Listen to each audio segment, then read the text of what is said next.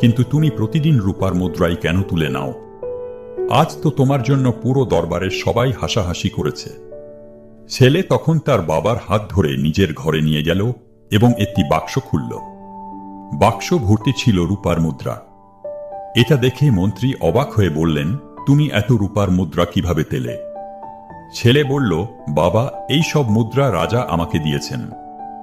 রাজা প্রতিদিন আমাকে একটি করে রূপার মুদ্রা দেন, আর আমি সেটাই নিয়ে নিই।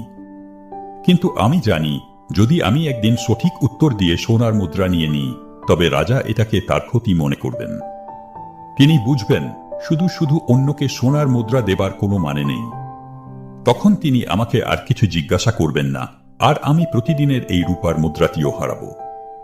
রাজা আনন্দ পান যখন আমি রূপার মুদ্রা নিয়ে বলি যে রূপার সোনার চেয়ে বেশি মূল্যবান।